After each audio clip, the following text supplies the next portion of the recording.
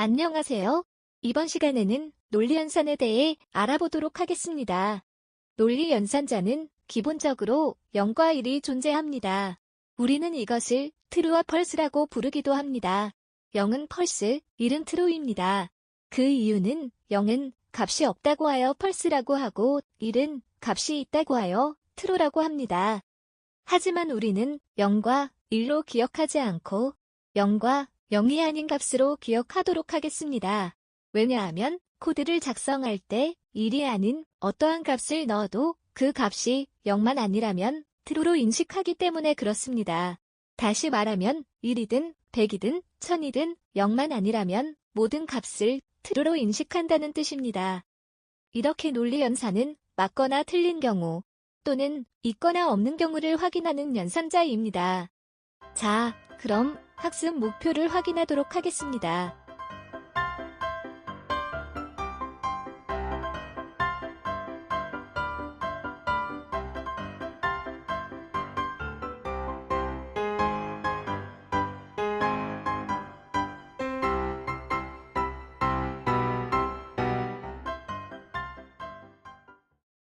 오늘 알아볼 논리 연산자는 앞으로 우리가 사용하게 될 많은 연산자 중에 사용 빈도가 상당히 높은 편에 있는 연산자라고 볼 수 있겠습니다. 만약 이 연산자들을 잘 사용할 수 없다면 코드를 작성하는데 큰 문제가 발생할 수 있고 그 가능성은 매우 높은 편입니다. 그러니 이번 단계에서 꼼꼼히 체크하고 넘어가도록 하겠습니다.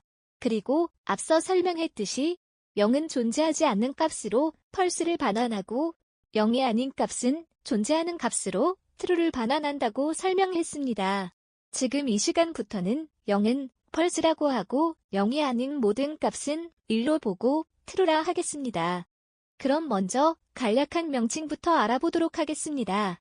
논리 연산자 중에는 AND 연산자, OR 연산자, NOT 연산자, XOR 연산자가 있습니다. 이 연산자들은 각각의 역할이 있습니다. 비트 단위의 값이 0이거나 1인 경우를 비교하여 처음에 이야기했던 것처럼 있거나 없는 경우를 확인합니다. AND 연산자는 서로 다른 비트 단위로 두 값을 비교하여 값이 있는지 없는지를 확인하고 두 값 모두 1인 경우에만 true를 반환합니다.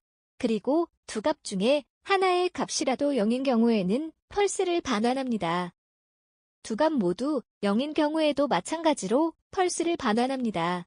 다음 예제를 보고 따라해 보도록 하겠습니다.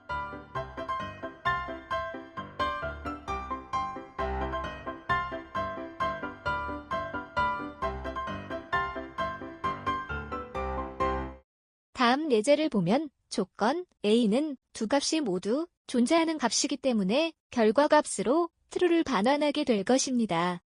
조건 B를 보겠습니다. A와는 다르게 1과 0으로 AND 연산이 됩니다. AND 연산자의 조건이 true를 반환하려면 두 값이 모두 존재하는 값일 때에만 가능하다고 앞서 설명한 적이 있습니다. 하지만 지금 보이는 예제의 조건 B는 하나의 값은 존재하는 값이고 다른 하나의 값은 존재하지 않는 값으로 구성되어 있으니 이는 false를 반환하게 될 것입니다. 다음 조건 C도 조건 B와 마찬가지입니다. 두 값의 위치만 변경되었을 뿐 연산 과정은 다르지 않습니다. 그리고 마지막 조건 D의 경우에는 두 값 모두 없는 값이기 때문에 false를 반환하게 될 것입니다. 그럼 이제 결과값을 살펴보겠습니다. 결과창을 보면 지금까지의 설명과 결과가 같다는 것을 알 수 있습니다. 이것은 우리가 아직 배우지 않은 비트 연산에 대한 문제로 본 강의 중 8강을 참고한다면 충분히 이해가 될 것입니다. 다음은 OR 연산자입니다. 이 연산자는 AND 연산자와는 다르게 비교해야 할 두 값 중에 하나의 값만 존재하는 값이라도 true를 반환합니다. 사용 방법은 Shift 키와 백슬래시 키를 동시에 입력하면 됩니다. 백슬래시 키는 키보드의 종류에 따라 다르게 쓰이는 경우가 있습니다. 한국돔 표기 방법인 원 표시인 경우도 있고 방금 설명한 대로 백슬래시 키인 경우도 있습니다. 어떠한 종류의 키보드를 사용하든 Shift 키와 함께 사용하면 OR 연산자를 사용할 수 있게 됩니다. 그럼 이제 다음 예제를 살펴보겠습니다. 와 연산자는 두 값 중 하나의 값만 존재하는 값이라 하더라도 true를 반환한다고 설명했습니다. 조건 A는 두 값 모두 존재하는 값이기 때문에 true를 반환합니다. 이것은 조건 B나 조건 C 모두 마찬가지입니다. 하지만 조건 D는 두 값 모두 존재하지 않는 값이기 때문에 false를 반환합니다. 결과를 살펴보도록 하겠습니다. 결과 값을 비교해 봤을 때 다르지 않다는 것을 알 수 있습니다. 다음은 X와 연산자입니다.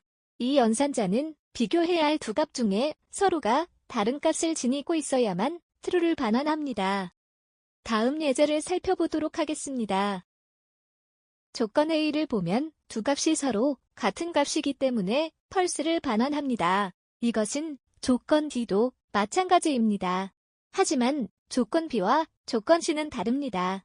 서로가 반대의 값을 지니고 있기 때문에 두 값을 비교하면 true를 반환합니다. 그럼 결과창을 보고 비교해 보도록 하겠습니다. 이렇게 결과값을 비교해 봤을 때 역시나 다르지 않다는 것을 알 수 있습니다. 이제 not 연산자에 대해 알아보도록 하겠습니다. not 연산자는 설명이 제일 간단합니다. 해당 항목의 값이 존재하는 값이든 존재하지 않는 값이든 반대의 값을 반환합니다. 값이 true면 false를 반환하고 false라면 true를 반환합니다. 다음 예제를 확인해 보겠습니다. 조건 A와 B는 그냥 출력한 것이고 조건 C와 D는 not 연산자를 사용했습니다. 결과를 보고 어떻게 바뀌었는지 알아보도록 하겠습니다.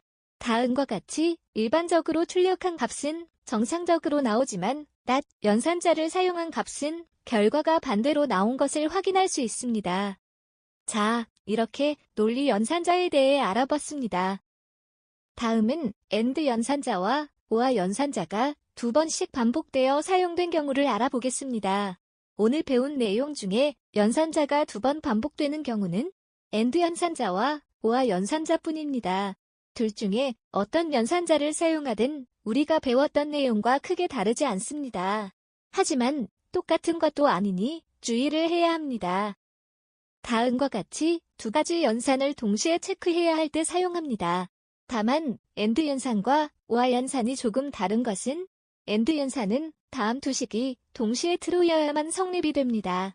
하지만 OR 연산은 두 식 중에 하나의 식만 true여도 성립이 됩니다. 각각의 연산자의 연산 방식은 같지만 여러 개의 공식을 한 번에 비교할 수 있다는 것이 다른 점입니다. 아직은 이 연산자들을 잘 사용하기에는 우리가 학습한 시간이 매우 짧기 때문에 무리가 있을 수 있습니다. 하지만 오늘 사용한 연산자들은 여러분들이 코드를 작성할 때 상당히 중요한 비중을 차지합니다. 오늘 학습한 내용을 충분히 복습해두지 않는다면 나중에 몇 배는 더 힘들어질 수도 있으니 꼭 복습을 하도록 해야겠습니다.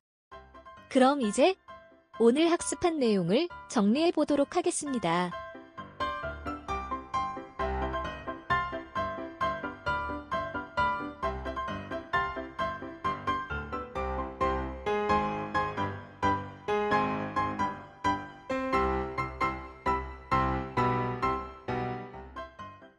오늘 교육은 어떠셨나요?